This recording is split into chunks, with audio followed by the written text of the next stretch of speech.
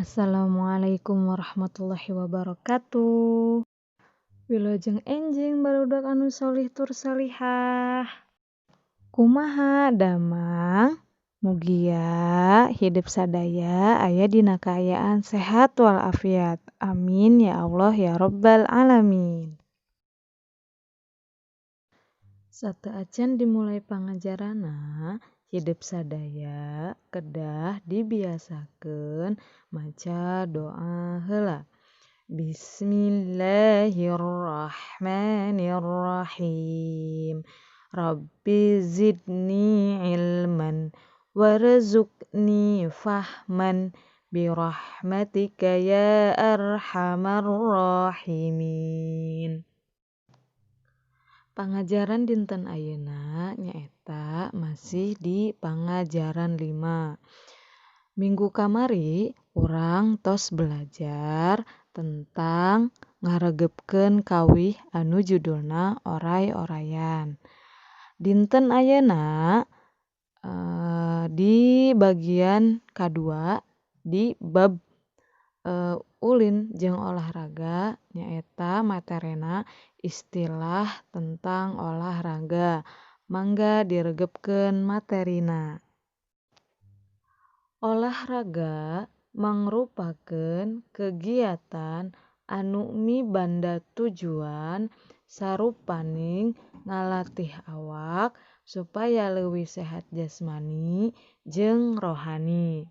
Olahraga merupakan kegiatan yang memiliki tujuan seperti melatih badan supaya lebih sehat jasmaninya dan sehat rohaninya. Upami awak urang sehat jasmani sinareng rohanina, ngalakukeun kagiatan naon wae oge jadi sumanget. Ketika badan kita sehat, entah itu sehat jasmaninya dan sehat rohaninya, ketika kita melakukan kegiatan apapun akan lebih semangat. Kusebab kitu, urang sadaya kudu ngajaga kasehatan jasmani jeung rohani urang, salah sahijina ku cara olahraga. Itu sebabnya kenapa kita harus selalu menjaga kesehatan jasmani dan rohani kita. Salah satunya adalah dengan cara berolahraga, supaya setiap kegiatan yang kita lakukan bisa dilakukan secara maksimal. Anu salajengna nyaeta manfaat olahraga pikeun urang sadaya. Pelajaran selanjutnya adalah manfaat olahraga untuk kita semua. Di antaranya, hiji, ngajieun jalma leuwih sehat tur percaya diri, membuat orang lebih sehat dan percaya diri. Nomor kaduana, ngalancarkeun peredaran getih, melancarkan peredaran darah. Nu katiluna, ningkatkeun otak jeung konsentrasi, meningkatkan otak dan konsentrasi. Nah, ieu nyaeta manfaat olahraga pikeun urang.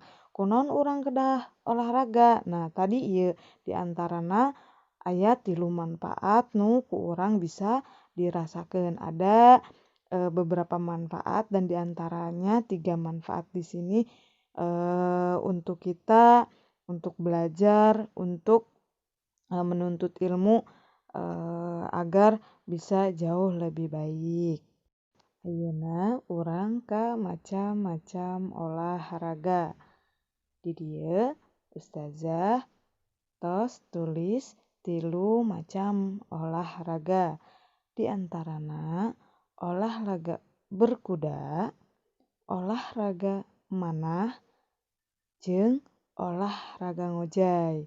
Nah, olahraga ieu olahraga anu disunahkeun ku Nabi Muhammad SAW. Jadi, pami bade olahraga, mangga ieu olahraga macam-macam olahraga anu disunahkeun ku Rasulullah. Kumaha ustazah olahraga nu lainna? Mangga, tapi dengan catatan kudu nutup aurat. Alhamdulillah pangajaran dinten ayeuna atos rengse. Tong hilapnya dibaca di bukuna. Jeung tong hilap oge ngajaga kesehatan, mematuhi protokol kesehatan, ngagunakeun masker pami bade kaluar bumi, sareng ngumbah panangan ku sabun sareng cai anu ngagoloncor. Teras patuh ka indung bapa urang. Selamat belajar. Wassalamualaikum warahmatullahi wabarakatuh.